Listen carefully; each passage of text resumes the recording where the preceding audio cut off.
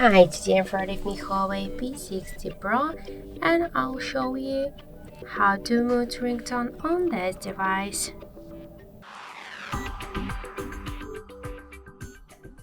So open first the settings application and then tap to the sounds and vibration section. Here you'll see ringtone message and notification volume panel, and just to mute ringtone we should slide to the left side this white dot on ring volume panel. But also we get one more way how we can do that with the help of the volume buttons, but to use them to change the ringtone we should first in default volume control function switch media to ringtone, and now with the help of the down volume button, so press down volume button to mute ringtone volume. And that's it. So thank you for watching, and if you find this video helpful, leave thumbs up and subscribe our channel.